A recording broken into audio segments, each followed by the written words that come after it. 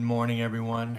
How are we doing today? Today is May 13th, Wednesday, May 13th, and we are once again doing our daily financial news.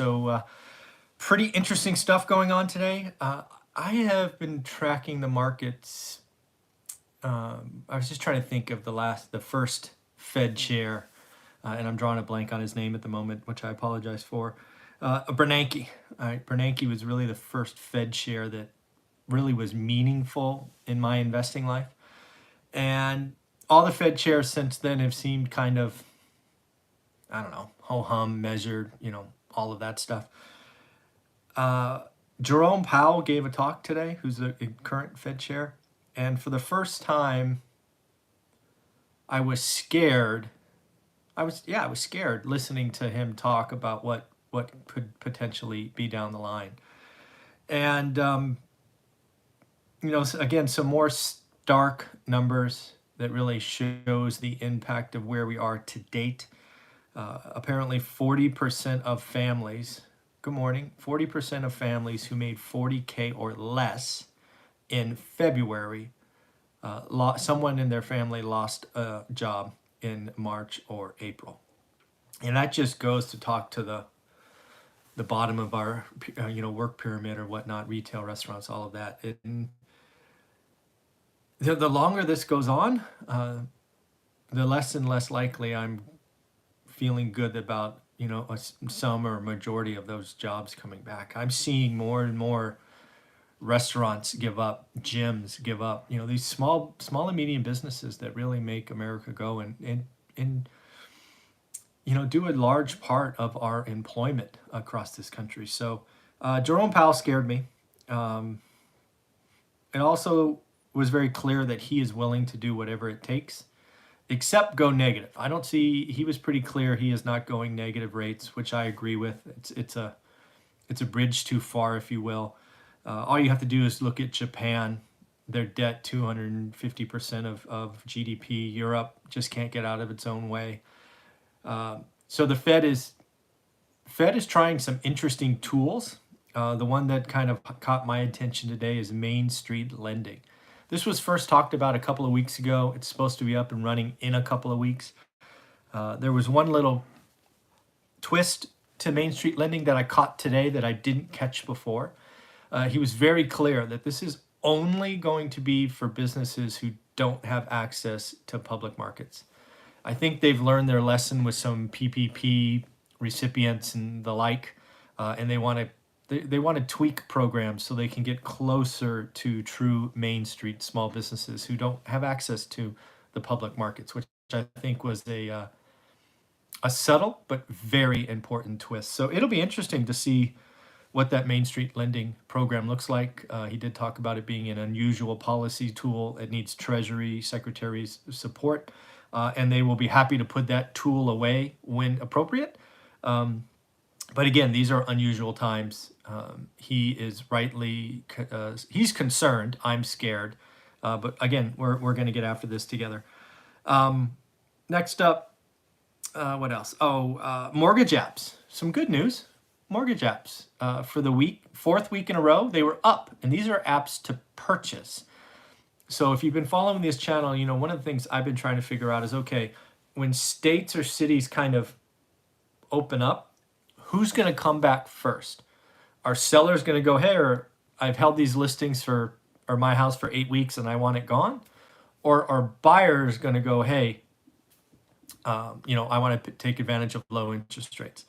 And thus far, the data is still early, but I think it is accurate. Buyers are swarming the market. So if you've been tracking this channel, we've been talking to real estate agents, and listings are down across the board. And absolutely, I think it is a good sign. And buyers are currently dwarfing that supply. So that probably continues for a couple of more weeks for sure. But eventually what happens when buyers dominate supply, those other listings that are out here going, I'm nervous, are going to start seeing sale pending, and they're going to figure out a way to list their homes. So that spring selling season that I think we were all thought could vanish could become the summer selling season, which is not normal. But it certainly could. Again, early data, encouraging data, and a good sign. But again, to have a balanced market, we will need supply to come back, and we'll need the demand to be more than just short-lived. But again, I'll take everything that I got at this point. Yeah, they're up, but let's just put the numbers in context. So mortgage apps jumped 11% from last week, double digits, big deal, right? They are down 10% year on year. So just context of where we are. But again, I didn't think we would be down 10% from last year. That's fair. That's a fair point, right? Do mortgage apps equal mortgage approvals? I would probably say no. I don't know. I have to look into how that number is reported, but hey, at this point, I'll take more mortgage apps. We all know, and I've reported many times, that mortgage yes answers to that comment have become harder to get. Higher credit scores, more down, a little bit more expensive on rate. But again, we need a little bit of good news in this environment, and I think mortgage apps are going good. So purchases are down 19% annually. Again, these are year on year, which is going to be interesting calculations. And then 35% month on month. This is just highlighting that we really lost a month of purchase activity because of the nearly national shutdown. Something I saw yesterday come across that I read again this morning, looks like Southern California, LA County, to be specific, is talking about a modified stay-at-home order that could last through July. Let's just say I think that's a horrific idea. At some point, when you choke off an economy long enough, there's nothing left.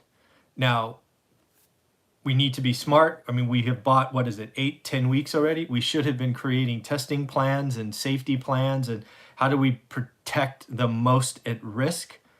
Just keeping everybody at home just 'cause is quickly becoming not the right answer.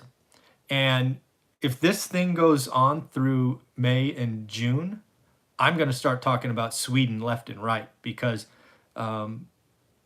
what they went through, their modified thing, sure, they had more deaths in a shorter time than they could have.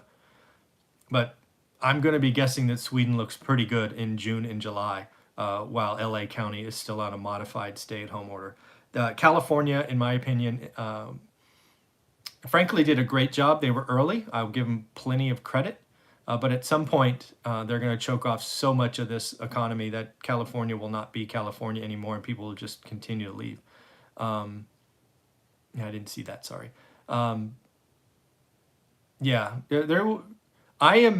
Nobody wants to talk about this, but it's easy to talk about, moving the curve, flattening the curve, all of that. But I think you need to look at total change. This goes on in LA County till, what did they say, end of July? There will be unneeded deaths from the economic shortfalls and loss of jobs and all of that. It's just the reality.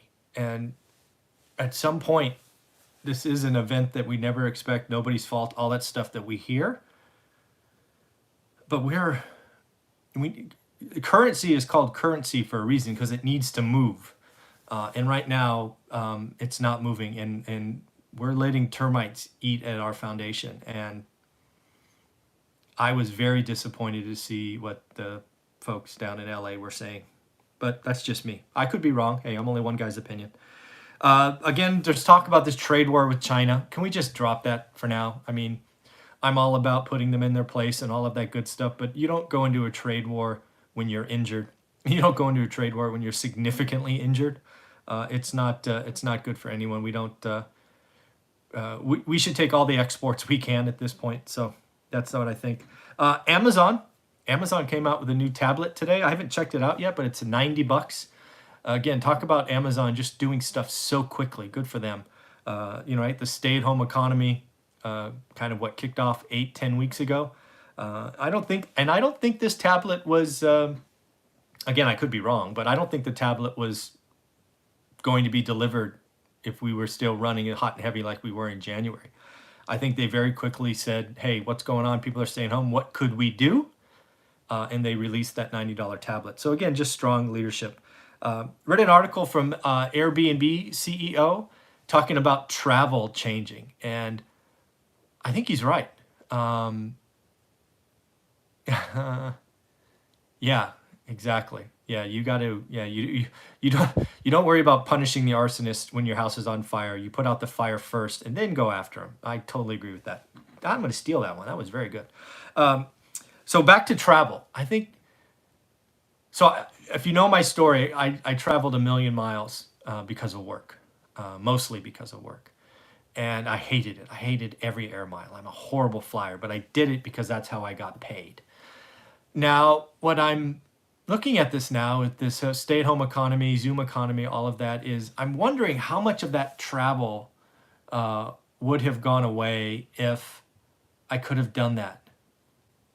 And I bet you more than half, maybe up to 3/4 of my 1,000,000 miles, I wouldn't have had to do it.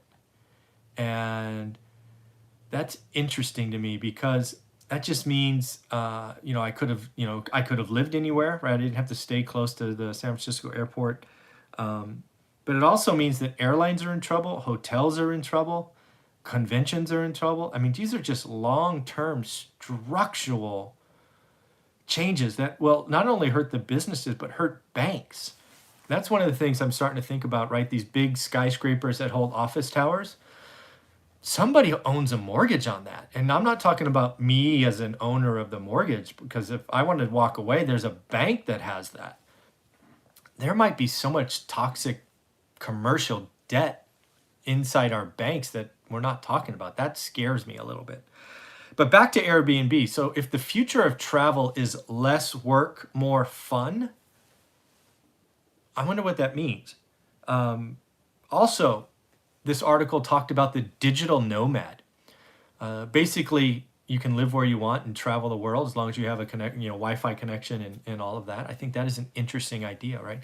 Could the economy on the other side of this, be a bunch of freelancers or employees who, work for Twitter, for example? Twitter yesterday said their employees can work from home forever. Forever. Think about that. Do you think Twitter's going to renew their office space in San Francisco? Nope. Not going to happen. How many other companies are going to follow Twitter's example?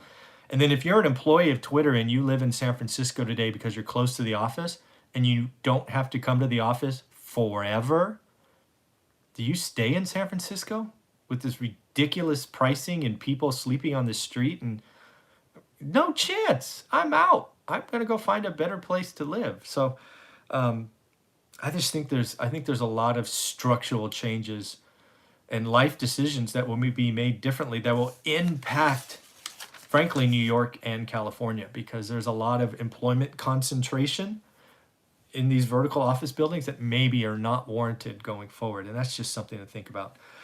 A couple more billionaires are talking. I don't know. I'm kind of out on those folks. They keep talking their book and they are, I don't know. It's just, I'm annoyed with them. But again, I watch kind of what they're thinking. Kyle Bass is interesting because he made his money in the '08 crash by basically shorting housing. So he has invested in an environment that at least similar to what we're going through today.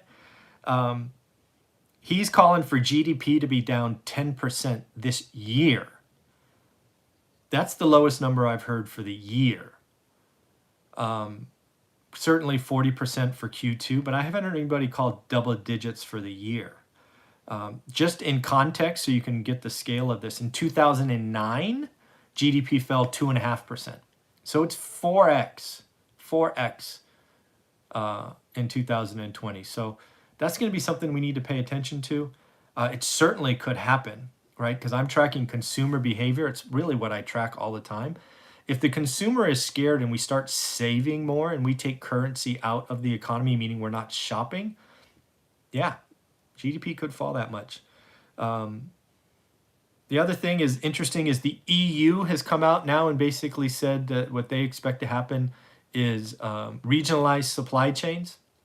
Basically, what I read that as is they're going to be pulling supply chains from Asia and making sure that they have more of a supply chain in their neck of the woods. I think that's a trend that probably gets kickstarted when we have this infrastructure bill that I'm calling for. Once we get on the other side of this, is we're gonna make more stuff locally, locally meaning countrywide, which again, there will be an inflation impact from this. It's more expensive to make stuff here, but there will be things that are made here that weren't 2 years ago, in my opinion. The other billionaire talking was Stanley Druckenmiller, another billionaire. You know, I think he's talking his book. But again, I got to catch it. Lots of people talk about it. He's basically calling the risk reward has never been worse. The market is overpriced. Again, he's probably short. Let's just call it. He's probably talking his book and wanting to make more money off our backs. I'm just so jaded on all these billionaires. But, you know, downside risk is greater than upside. I actually agree. And I've been telling you that for a while. And I've been wrong, as lots of you like to point out. I've been wrong. So it's interesting. Producer prices. What is that? Prices are falling. 1.2%. Deflation. I also call this one. Deflation is going to be a short-term problem. It just is. Our supply chains are full of stuff, right? The finished goods, oil is down.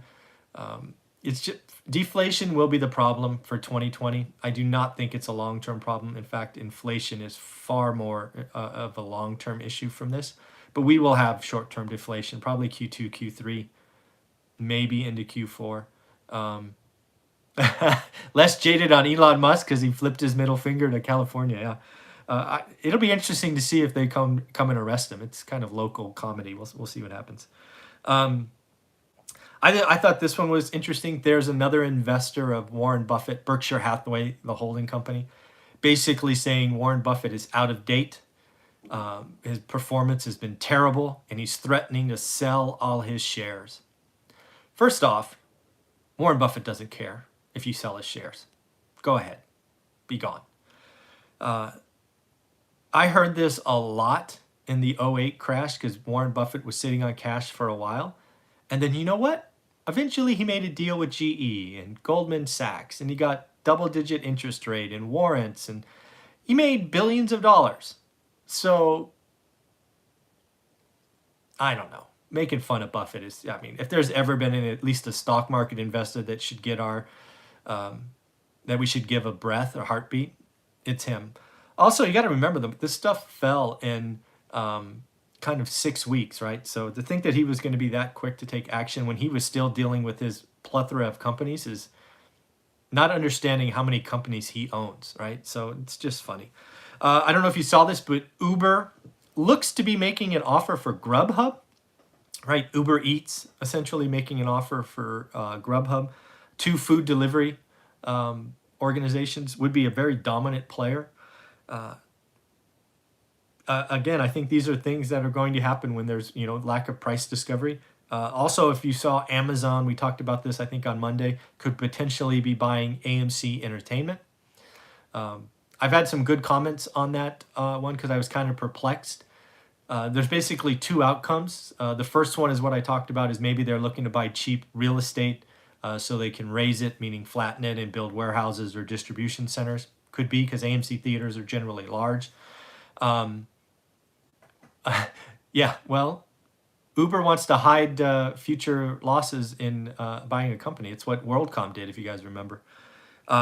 But the other thing, again, a viewer talked about, which I think he's right, is Amazon could be using AMC Entertainment as a way to show their content, right? And basically allow for maybe live viewings or things of that nature in the future, right? They're not going to be doing that in the next year or two. But hey, if you could buy the real estate at a discount, mothball it for a little while, and then open it up as some large strategic plan, that's playing chess when others are playing checkers. So thank you for that. I thought that was a great comment from one of our viewers. Again, we talked about home buyers coming out. I think that is something definitely to watch. I'm actually going to create a video later today kind of outlining what I'm doing. I talk about learning your market all the time. I'm going to put some context on things that I'm doing in my market. I just think it's important. I talk about it, so I should share with what I'm doing. I haven't created it yet, but I'll try to create it later today and share it. And then finally, there was an article that three viewers sent me, which I really appreciate, talking about single family rentals holding up and being the best investment here in the short term. I think it's right. You've heard me say it. I think the single family rental is going to be the best investment for the next decade. People want out of apartments. The consumer is changing right in front of us, and that's what I watch all the time. What they're saying is, I don't want to live so close to everybody else. I am willing to move into a house and maybe with one other roommate or one other family and get that damn backyard. Space is important.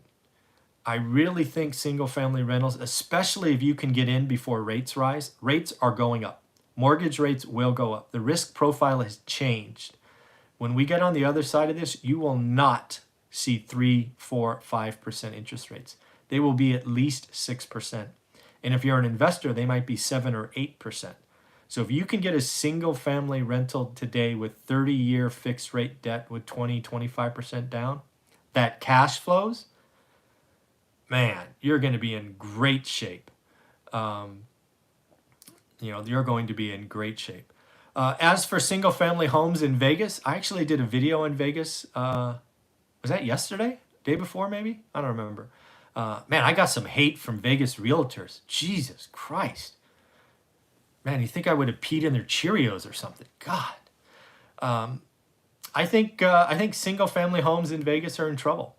I think if you look at the profile of people who bought single families in Vegas, again, just looking at their economy, a big majority of them were 2-income households that were tied to the Strip in some way or another, either directly through employment or via entertainment, kind of some other way. And one, if not both, have lost their incomes. And the real problem is not that, because I think unemployment kind of can limp them through with forbearance and all of that. I just don't see Vegas coming back anywhere close to what it was heading into this. It will be different, and I think it will be smaller.